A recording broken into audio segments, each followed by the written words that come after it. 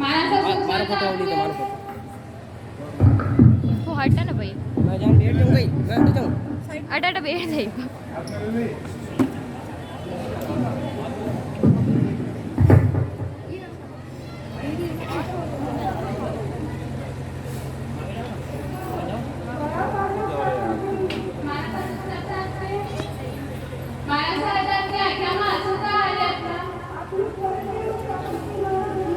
आवाज ही ना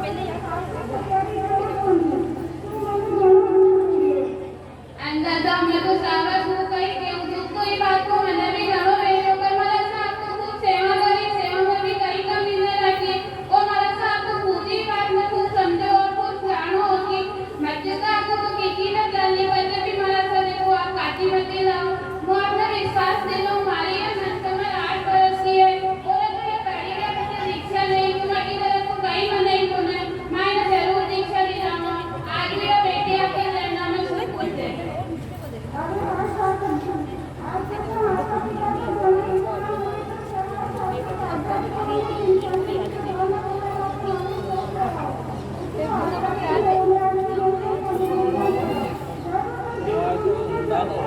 थोड़ी वॉइस पढ़ो मते नाम नामी मारा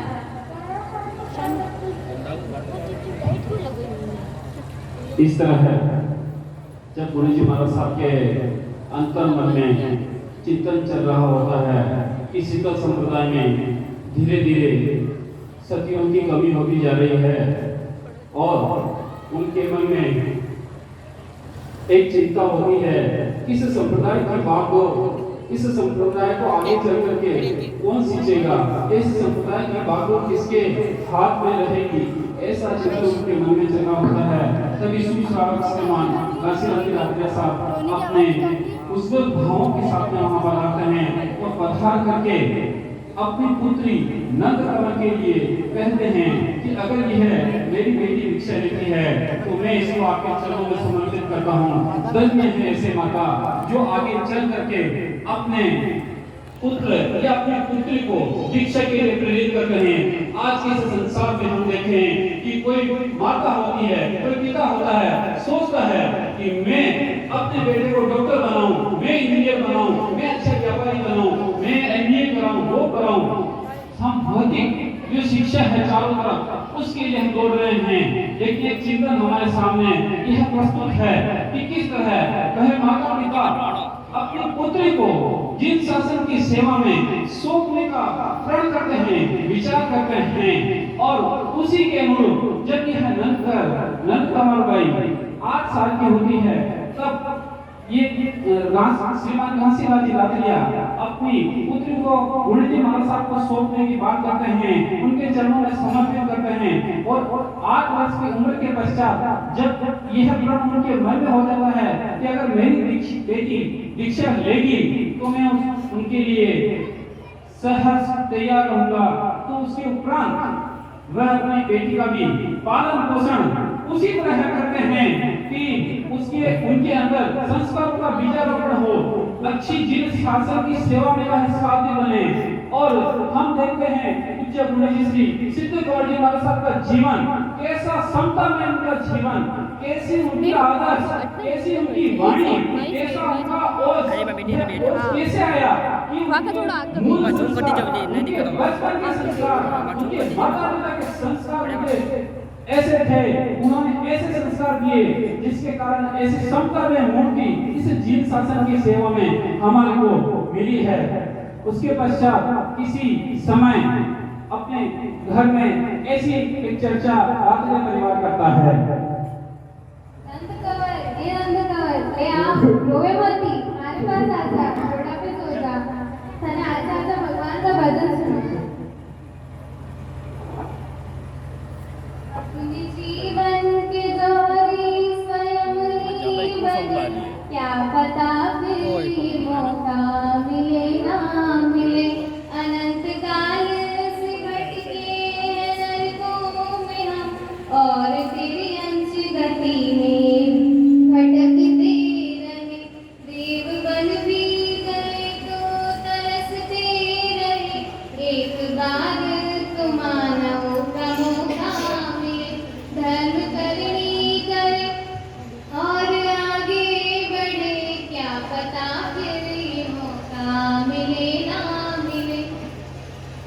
तरह अपनी बेटी के मन में धार्मिक संस्कारों का बीजारोपण वो करते हैं, वैसे निकह जी पुण्यशाली जीव था और पुण्यशाली जीव को जब यहाँ आकर के एक सुख के निमित्त मिल जाता है, अच्छे माता पिता मिल जाते हैं और अच्छे गुरु मिल जाते हैं, तो वो अपने जीवन का कल्याण कर देते हैं। 8 वर्ष की उम्र के पश्चात में जहाँ जहाँ पर भी गुरु जी महाराज साहब से यश जी महाराज साहब के चातुर्मास हुए थे, श्रीमान घासीलाल जी रात्रिया यह प्रयास करते कि अपनी बेटी को ज्यादा से ज्यादा गुरु जी महाराज साहब की सेवा में रखें। इस हेतु जहाँ जहाँ भी चातुर्मास हुए वहाँ पर वो नंद कुमार को लेकर जाते और स्वयं अपनी बेटी के साथ में 4 महीने वही महाराज साहब की सेवा में रहते और नंद कुमार को भी गुरु जी महाराज साहब की सेवा में उनके सानिध्य में ही रखते हैं। एक ऐसा भी दृष्टांत है इसमें कि जब स्कूल प्रारंभ हो जाती है, विद्यालय प्रारंभ हो जाते हैं, लेकिन उनका एडमिशन या उनका नामांकन भी वही करवाते हैं जहां पर गुरु जी महाराज साहब का चातुर्मास होता है। और जब 4 महीने के चातुर्मास के उपरांत में उन्हें बेगू नगर में लाकर के उनको पुनः विद्यालय में उनका नामांकन करवाया जाता है। तो ऐसा सानिध्य, ऐसा समर्पण उनको मिला, उनके सानिध्य में रहे, गुरु जी महाराज के सानिध्य में रहे। और हम देखते हैं कि आज के बच्चे जब रोते हैं तो माता क्या कर देती है, उनको मोबाइल पकड़ा देती है, टीवी चला देती है कि बच्चा चुप हो जाएगा और वो अपने काम में व्यस्त हो जाती है। लेकिन उस समय की माता हुलास भाई अपनी बेटी जब रोती है तो उनको धार्मिक गीत सुनाती है, धार्मिक संगीत सुनाती है, भजन सुनाती है, उनको सामायिक पठिका आदि याद करवाते हैं, भक्तमार आदि याद करवाते हैं। ऐसे है उनका जीवन व्यतीत हो रहा था। और 8 वर्ष की उम्र के पश्चात में अब उनकी उम्र 16 वर्ष की हो जाती है। उसके पश्चात में यह दृष्टांत आपके देखो जी, अभी अनंत बड़ी बेटी है, 16 वर्ष की बेटी सयानी भी लाकर आएगी। अभी को आंसू लड़को देख ब्याह करो। एक नंदकमल की माँ बेटी बड़ी बेटी है तो हमारे भी समझ में आ रही। कल वो एक बात देख में गुरु जी महाराज साहब ने वचन देन आयो, अगर ये बड़ी बेटी बच्चे दीक्षा ले तो माकी आपकी तरफ को आपका कहीं मना नहीं करा, आपा ने जरूर दीक्षा दिलाओ। आप जो कह रहे वाह बात तो ठीक है, तेरा आपा नंदकमल ने भी तो पूछ ला, वाकई सागर बेटी कहीं मर्जी है। देख बेटा, नंदकमल तो बड़ी बेटी 16 साल की बेटी सयानी बेटी मैंने थारो निर्णय करना है। पिताजी आप कई बात के अनुसार हैं, मैंने सीधी बात बताओ, मैं समझे कौन है। देख बेटा, थारे सामने 2 रास्ता है, एक संसार को, दूसरो संयम को। अगर तू ब्याह करना चाहे तो मैं थारो ब्याह करवा दे, और अगर तू दीक्षा लेना चाहे तो मैं तेरा दीक्षा दिलवा दे। वही बताऊं तो स्वतंत्र थाने थारो निर्णय करनो। पर देख बेटा, संयम तो पिताजी हमारे संसार में ना बस कमाई तो अंतर की यही भावना है कि मैं दीक्षा ले लूं और हमारी आत्मा का कल्याण करूं। आप तो हमारे मन की बात कही दीदी। अरे वाह बेटा, मैं तो धन दे के तू दीक्षा ले तो मारे तो तुमको नाम और चिंगारी मारी तो पुण्यवाली जाएगी कि हमारी संतान संयम का मार्ग पर जा रही। नंदकमल का बापू, अपनी नंदकमल की दीक्षा की भावना है तो आपा इको दीक्षा को आज्ञा पत्र गुरु जी महाराज ने देवा। इको दीक्षा को आज से मोहर करा और खूब धूमधाम से इको दीक्षा का आयोजन करा। चालो आपा महाराज साहब का दीक्षा को आज्ञा पत्र देना।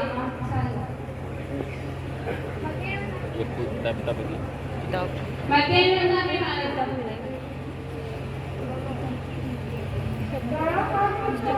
एक पत्तो दे दो ना, पत्तो हाँ दे दो, आज्ञा पत्र दे दो ना। महाराज भैया नंदकमल दीक्षा ले रही है तो दीक्षा को आज्ञा पत्र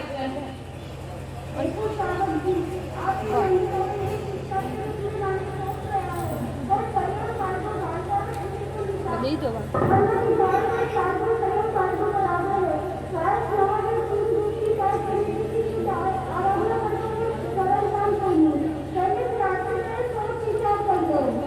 गुंडी मैडम मारो बात कि मैं दीक्षा ले लूं, आपका चरणा में ले लूं, आपकी मैं शासन की सेवा करूं, आपकी आज्ञा और हरदम पालन करूं और मारा कर्मा नहीं खपाऊं।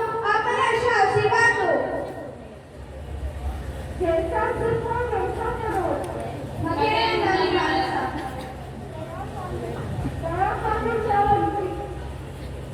जैसा रात्रि परिवार के मन में था कि उनकी बेटी दीक्षा लेवे, ऐसा दिन आ चुका है लगभग कि उन्होंने अपनी बेटी का आज्ञा पत्र परम पूज्य गुरु जी श्री यश महाराज साहब के चरणों में समर्पित किया। कि यह मेरी बेटी का आज्ञा पत्र है और मैं इस बेटी को आपके चरणों में समर्पित करता हूँ। तो गुरु जी महाराज साहब ने कहा कि संयम पालना खांडे की धार पर चलने के बराबर है। वास्तव में संयम पालना कोई छोटे बच्चों का खेल नहीं होता है। हम भी प्रयास करते हैं लेकिन ऐसा नहीं कर पाते हैं। लेकिन आज इस सभा में उपस्थित सभी लोगों से मेरा निवेदन है कि हम संयम ग्रहण नहीं कर सकते हैं, लेकिन हम इस जीवन को संयमित जरूर बना सकते हैं। संयमित रह करके हम सदगृहस्थ का पालन कर सकते हैं और ऐसा मन में हमेशा प्रतिदिन चिंतन करें कि मुझे संयमित रह करके मेरे इस जीवन का जीवन यापन करना है और वह दिन मेरा धन्य होगा। हम साथ हैं, हम इन मनोरथ का चिंतन भी करते हैं कि वह दिन मेरा धन्य होगा जिस दिन मैं संयम मार्ग पर अग्रसर होऊंगा। तो वह दिन वास्तव में मेरा कब आएगा, ऐसा हम चिंतन करते रहें। यही शिक्षा हम इन दृश्य से ले कि मेरा जीवन एक संयमित जीवन हो। जब आज्ञा पत्र को गुरु जी महाराज साहब के चरणों में समर्पित कर दिया जाता है तब रात में परिवार पंडित जी के पास में जाकर के शिक्षा महत्व पूछते हैं। वो दृष्टांत आपके सामने है। दीक्षा को मुहूर्त कराना पंडित जी के पास जाना। अरे पंडित जी माते नंदा में दीक्षा लेनी तो दीक्षा को आज मुहूर्त काटो। आओ बेटा मुहूर्त काटो। भाई नाम है नंदकवर। ये आपकी बेटी इको भाग्य तो घणो ही जोरदार लाग रह्यो, या तो घणी भाग्यशाली लाग रही। वहां बेटो मैं दीक्षा को मुहूर्त काटूं। तैयार है कि उठना है बाजे अभी जो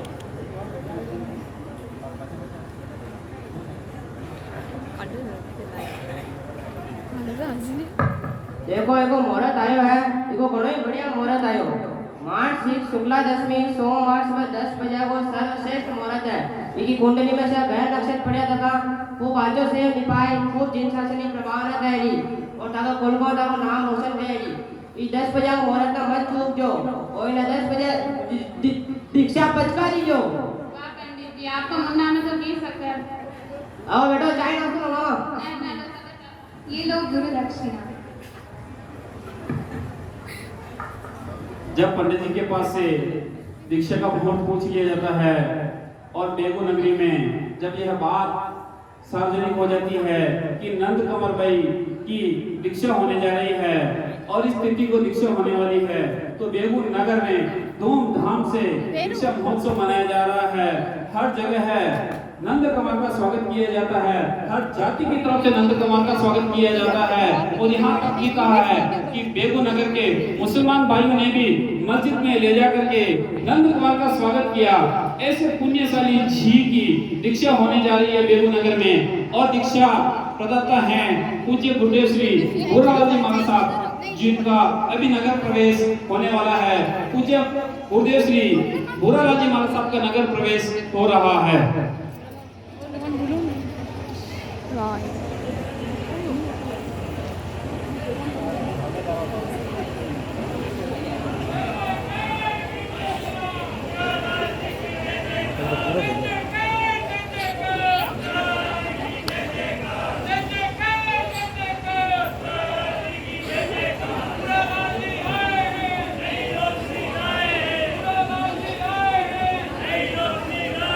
इस तरह बेगू के श्राद्धों में बहुत सी उत्साह होता है और इस उत्साह के वातावरण में यह दीक्षा आयुष महोत्सव चल रहा है।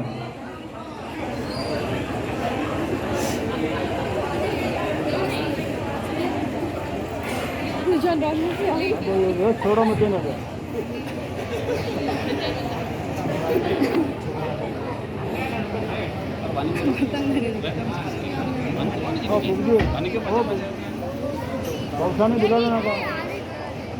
पूज्य गुरुदेव दृष्टांत है आपके सामने कि पूज्य गुरुदेव भूरालाल जी महाराज साहब का बेगू नगर में प्रवेश हो चुका है। साथ में पूज्य गुरुदेव श्री यश कुमार जी महाराज साहब का भी प्रवेश हो रहा है और दीक्षा महोत्सव चल रहा है।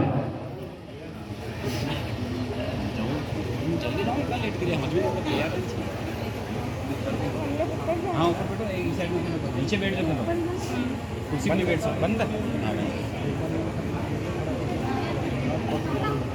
हटो ना होगा भैया लोगों थारे बहन थारे लोगों थारे देखो बच्चों आगे बिल्कुल पक्का खड़ा है बंगाल में बिल्कुल भी है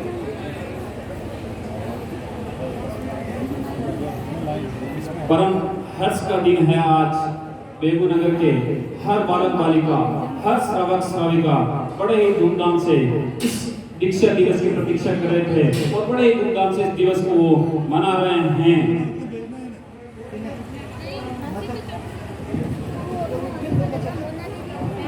सर्वप्रथम भगवान महावीर स्वामी के चरणों में वंदना। नमन सूर्य गुप्त तपस्वी पूज्य विद्यार्थी गुरुराज महाराज के चरणों में वंदना। मेरी सरकारी के गुणी मैया श्री यशोमती महाराज के चरणों में वंदना। मेरी दीक्षा महोत्सव में पधारे हुए उपस्थित सभी कुमार पाठक के श्रावक भेरू। और सोचा मैना जैसी शालिकाओं को सादर प्रणाम। भेरू संयम जिसे तीर्थंकरों ने स्वयं स्वीकार कर संपूर्ण मैं जा विश्व रही को हूँ। पाने की प्रेरणा दी है। होना भी जाए। संयम को पाने के लिए तरसते हैं। राजा चक्रवर्ती कीर्ति का ये जा रही ना उनके रबर नहीं ले जाना नेट रख दो साइड से जो लुटेरे भी तिर गए हैं। ऐसा संयम मुझे मिलने वाला है। अब कुछ ही समय बाकी है। मैं आपको एक एग्जाम्पल बोलती हूँ। रोगड़िया नगर से निकलने वाले छोटे से झंडे से किसी ने पूछा कहाँ जा रहे हो? झंडे ने कहा मैं अलकनंदा नदी में समाकर गंगा नदी तक पहुँच जाऊँगा। व्यक्ति ने पूछा कैसे जाओगे? मैं यहाँ से नदी में समाकर गंगा नदी तक पहुँच जाऊँगा। ये तो हुई उस झंडे की बात। अब मेरी बात। मुझे भी एक सज्जन व्यक्ति ने पूछा बेटा तू दीक्षा क्यों ले रही है? मैंने कहा मोक्ष में जाने के लिए। सज्जन व्यक्ति ने वापस पूछा तू इतनी छोटी बच्ची हो मोक्ष में जाने की बात कर रही है? मैंने उनको जवाब दिया मैं बच्ची भले हूँ पर सच्ची नहीं हूँ। मैं बच्ची हूँ पर सच्ची हूँ। मैं उस छोटे झंडे जितनी भली हूँ और अब मैं मेरी गुंडी मैया श्री यशोमती महाराज की अलकनंदा में जुड़ने जा रही हूँ। जो मुझे परमात्मा भगवान महावीर की निर्मली रूपी गंगा के सहारे समुद्र तक पहुँचाएगा। आज मेरे मन में बहुत ही उल्लास है। खुशी से मेरा मन भी नाच रहा है। सर्वप्रथम नमन करूंगी भगवान महावीर स्वामी को जिनके शासन में मुझे अवतार बनने का सौभाग्य प्राप्त हुआ है। फिर मेरे परमोपकारी गुरु मैया श्री यशोमती माता के पावन श्री चरणों में वंदना जिन्होंने मुझे वात्सल्य के साथ संयम की सीख दी। आप ही की कृपा दृष्टि से मैं नादान बच्ची आज दीक्षा की बात कर रही हूँ। ये सब आज आपने चरणों में स्नान देकर मेरी आत्मा की राह तो बढ़िया बोलो ना। अच्छा अब मेरे परमोपकारी माता पिता उनके विषय में क्या कहूँ जिन्होंने जन्म से ही जीवन में सुसंस्कार के बीच पर धर्म के संस्कार दिए। मैं आपके उपकार के प्रति कृतज्ञ हूँ। बचपन से ही सामायिक स्वाध्याय की जिन्होंने बुद्धि दिलाई मैं आपके उपकार के प्रति कृतज्ञ हूँ। आज यहाँ उपस्थित परिवार सहित सकल श्री संघ को ये विश्वास दिलाना चाहती हूँ कि मैं अपने कुल एवं गुरु कुंडी की शोभा बढ़ाऊंगी। इस दुनिया में हिस्ट्री सुनना पढ़ना बहुत देखा होगा परंतु हिस्ट्री बनने का चांस बहुत कम लोगों को प्राप्त होता है। जो आज मैं बहुत सौभाग्यशाली हूँ। मुझे मृगावती चंदनवाला की गोल्डन लाइन में स्थान मिलेगा। आज का सूर्य उदित हुआ है। ये मेरे अज्ञान के अंधकार को दूर करने वाला होगा। पुनः एक बार अपने माता पिता एवं सकल श्री संघ से क्षमा याचना। हर्ष हर्ष जय जय फूल के पेड़ पानी में दिखाई देते हैं। वैराग्यन बहन नंद गवा ने अभी अपना उद्बोधन प्रस्तुत किया। हम सबको वैराग्य आ जाए ऐसा वैराग्य प्रति हाथ आपका आप ही का उपदेश था। बाद में उन्होंने कितनी धर्म की लड़ाई की वो हम सबके सामने है। इस तरह है दीक्षा की बहन ने अपने दृढ़ विचार इस सभा में प्रस्तुत किए हैं और उनकी दीक्षा अनुमोदन गीतिका आपके सामने प्रस्तुत है।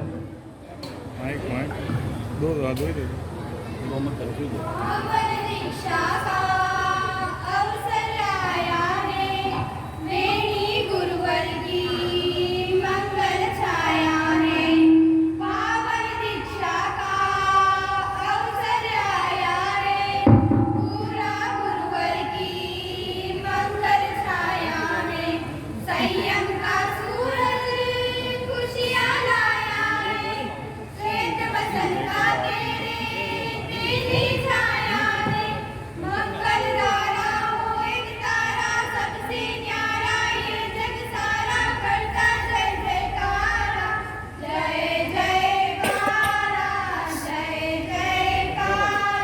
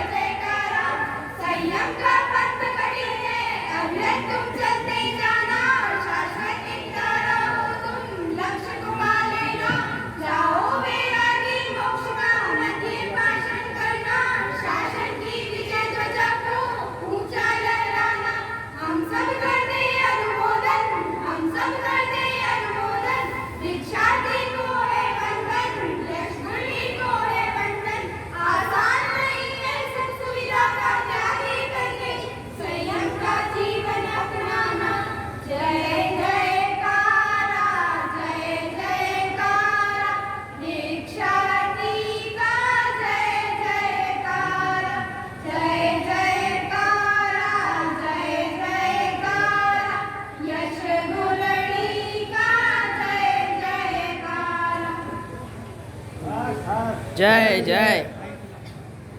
सभा में दीक्षा अनुमोदन गीत प्रस्तुत होता है, उसके पश्चात आप दृष्टांत देखिए।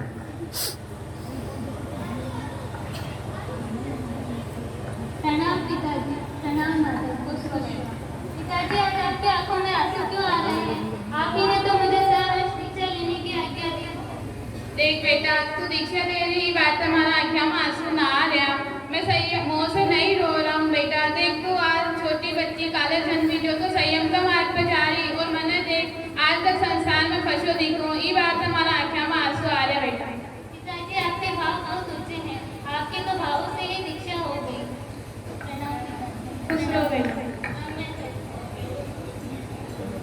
देखिए, जो पुण्यशाली जीव होते हैं वही दीक्षा के मार्ग पर अग्रसर होते हैं। चाह कर भी वह व्यक्ति, कोई भी व्यक्ति दीक्षा नहीं ले सकता है। इस तरह उनके पिताजी के मन में ऐसा थोड़ा सा भाव था कि एक मेरी छोटी सी बच्ची दीक्षा ले रही है लेकिन मैं दीक्षा नहीं ले पा रहा हूँ, ऐसा उनके मन में पश्चाताप का भाव होता है। अब दीक्षा पूज्य गुरुदेव श्री बोरालाजी महाराज साहब के माध्यम से दीक्षा का मंगल पाठ कैसे ग्रहण होता है, ये आपके सामने।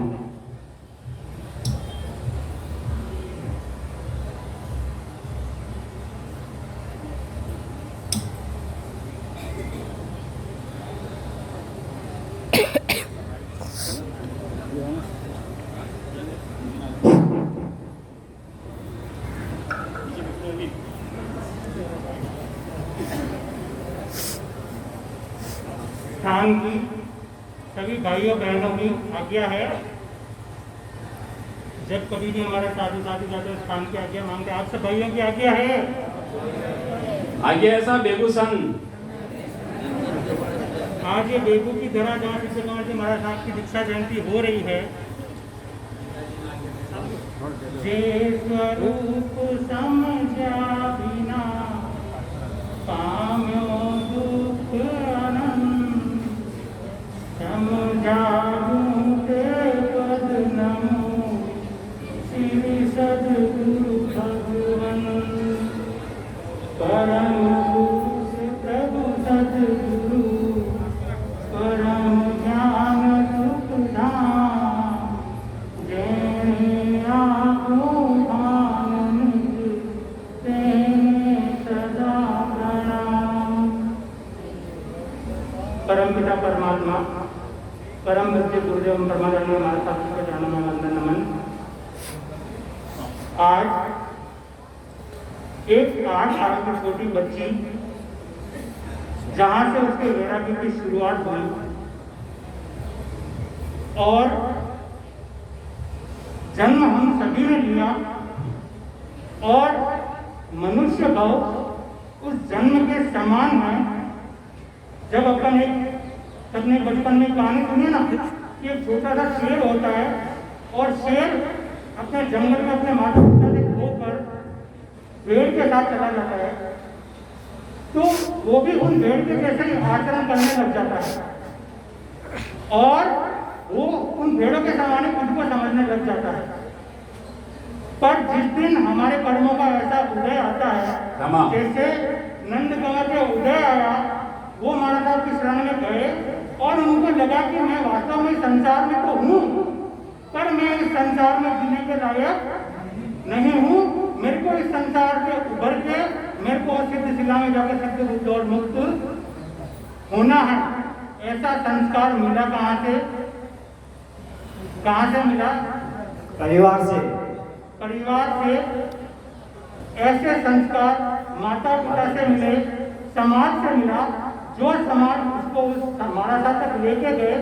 ऐसे संस्कार न तो किसी स्कूल में दिए जाते हैं, न किसी कॉलेज में दिए जाते हैं। ये सिर्फ और सिर्फ संस्कार या तो घर परिवार में मिलेंगे और या हमारे स्थान में मिलेंगे, जहाँ तक लाने की जिम्मेदारी हम सभी माता पिताओं की है। हम यदि उनको लेकर जाएंगे बच्चों को, तब जाके उनके अंदर थोड़ा थोड़ा सा संसार ऐसा के प्रति रस जगेगा, तब जाके उन बच्चों में भी ऐसी भावनाएं बनतेगी। हो सकता है उनमें से बहुत सारे शिक्षार्थी हो जाए और संसार में शिक्षार्थी नहीं भी हो, तो उनके अंदर में संसार के प्रति इतना तल्लीनता न आ जाए कि सिर्फ संसार में ही सार है, ये समझने की गलती कर बैठे। आज हमारे बच्चों में हम बहुत सी बार देखते हैं कि संसार में इतने रम जाते हैं कि उनके अंदर इतनी मोह माया दिखती है, उनके आने का सुख उनको हमेशा सुख लगता है और उनके जाने का हमेशा दुख लगता है। पर यह केवल संयम दशा ही एक ऐसी दशा है जहाँ पर आसन होने के बाद यदि हमारे मन में ऐसी भावना बन जाए कि यदि हम सब में संयम धारण कर लें, नफा हुआ तो भी मेरा, नुकसान हुआ तो भी मेरा, अच्छा हुआ तो भी मेरा, बुरा हुआ तो भी मेरा, यदि ये भावना, और ये तो होना ही था, यदि ऐसी भावना अपने मन में आ जाए तो दुनिया के आने वाले सारे दुख आपको न तो डरा सकते हैं और न सारे आने वाले सुख आपको खुश कर सकते हैं। खुशी कब होगी? जब हम अपने जन्म जन्मांतर के दुखों को अपन जो 84 लाख योनि में भटकते भटकते यहाँ तक पहुँच गए हैं और यहाँ तक किनारे पर आकर भी हमको ऐसा लग रहा है कि नहीं, अभी हमें और भ्रमण करना है, हमें और दुखों को सहना है, क्योंकि जब तक जिंदगी चलती रहेगी सुख तो चलते रहेंगे। पर जैसे ही हमारे मन में संयम का भाव जागा, हमने संयम पद को धारण करने की सोची, चाहे भाव दीक्षा हो, चाहे संयम दीक्षा हो और चाहे दीक्षा लेके अपने आप को सिद्ध मुक्त करने की सोची, उसके बाद हमारा जन्म जन्मांतर का ये जो चक्र है ये मिट जाएगा।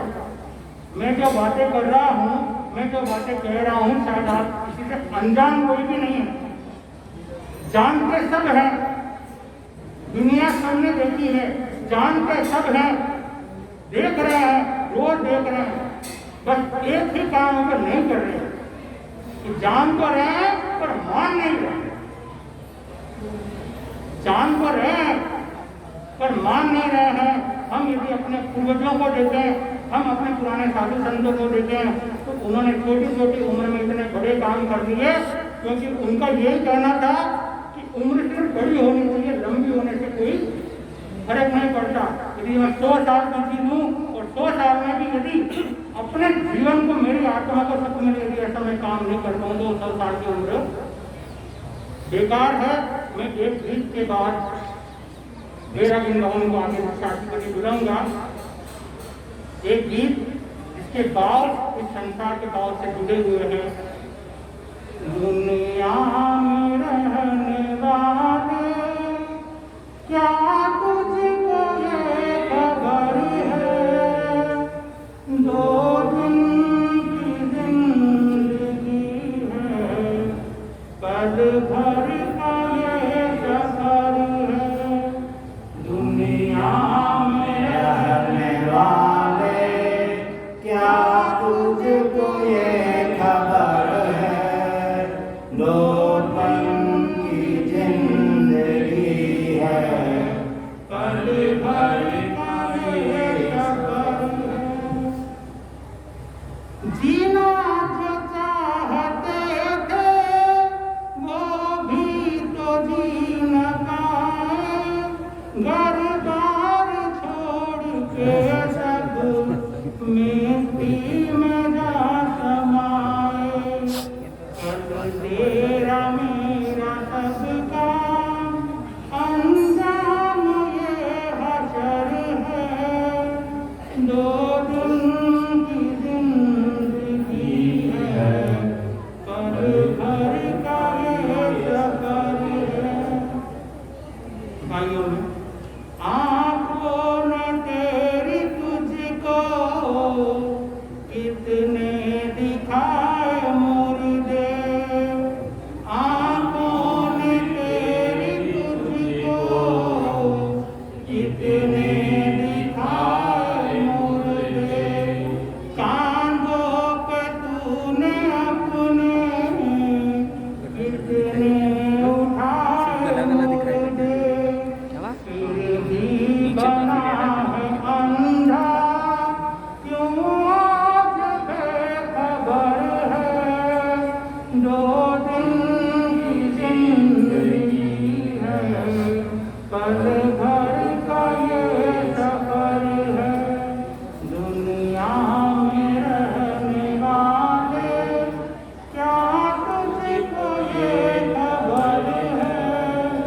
दो दिन की जिंदगी है, पल भर का ये सफर है।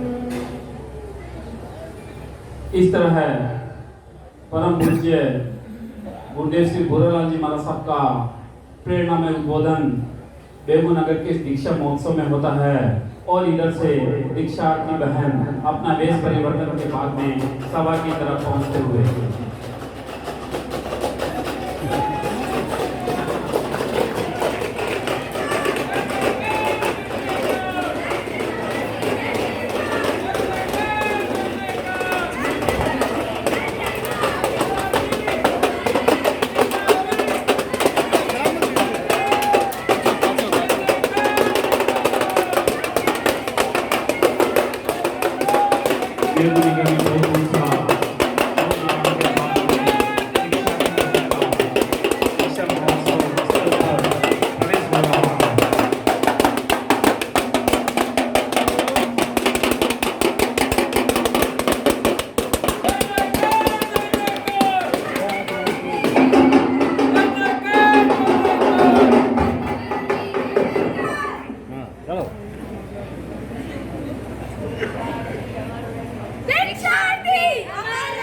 की बहन परिवर्तन के पश्चात में पूज्य गुरुदेव श्री के चरणों में जय जयकार जय जयकार जय जयकार जय जयकार दीक्षार्थी दीक्षार्थी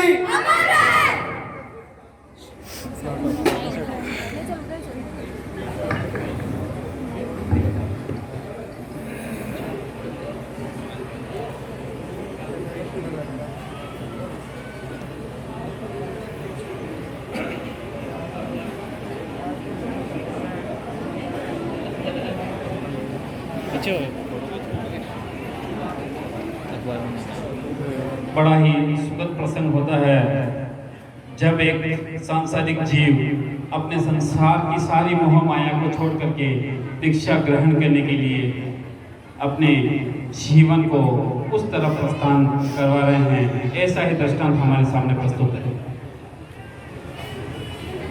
हाँ साहब, रातड़िया परिवार से नंद कंवर के माता पिता सभी परिवार जन हाथ खड़े करके आज्ञा प्रदान करें।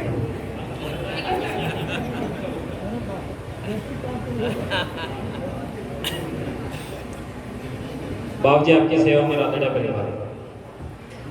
हाँ साहब, नंद कंवर की दीक्षा की आज्ञा है। हाँ बाबूजी। आपकी भी सभी परिवार जन सर्व समाज बेगू के अध्यक्ष मंत्री साहब आज्ञा है साहब। सर्व समाज बेगू और सभी घर जाने की आज्ञा हाथ खड़ा करके बताइए। आज्ञा है साहब। करेंगे बंदे समान कानून लोगों का कामना ब्राह्मण आपके तीन कर्म करने वो से जय जय जय जयकार जय जयकार जय जयकार जय जयकार।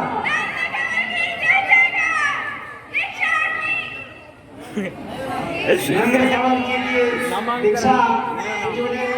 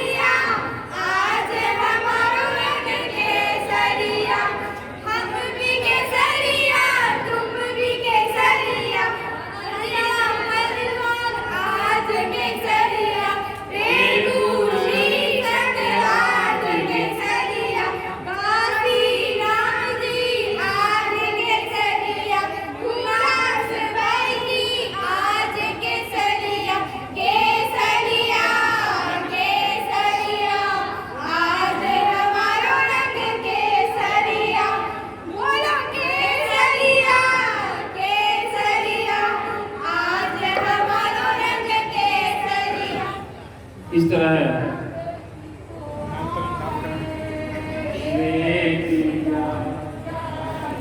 जिसको सुखी संसार मिले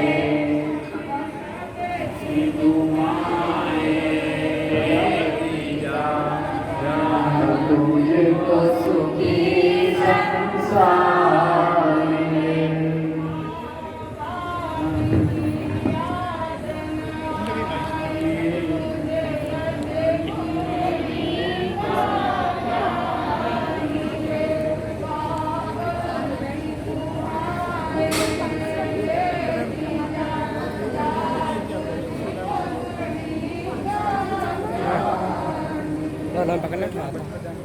मैं खेल दूं क्यों खेल नंदगांव की दीक्षा हो चुकी है। अब गुरुदेव के मुखाबिन से उनके दीक्षा का नाम घोषित किया जा रहा है। आज से नंद कंवर को सिद्ध कंवर के नाम से जाना जाएगा और आप सभी की तरफ से और मेरी तरफ से भी जिन भावों को उन्होंने अपने मन में अपनी दीक्षा ग्रहण की है वो इनके भाव जल्दी से जल्दी पर्याय हो जाए और ये किसी दिशा में पहुँच जाए।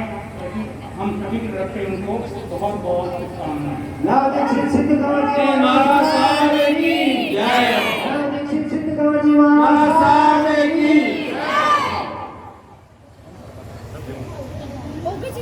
हर्ष हर्ष हर्ष हर्ष। नाम दीक्षिता श्री सिद्ध कुंवर जी महाराज साहब को पूज्य कुंवर जी महाराज साहब रजोवरण प्रदान करते हुए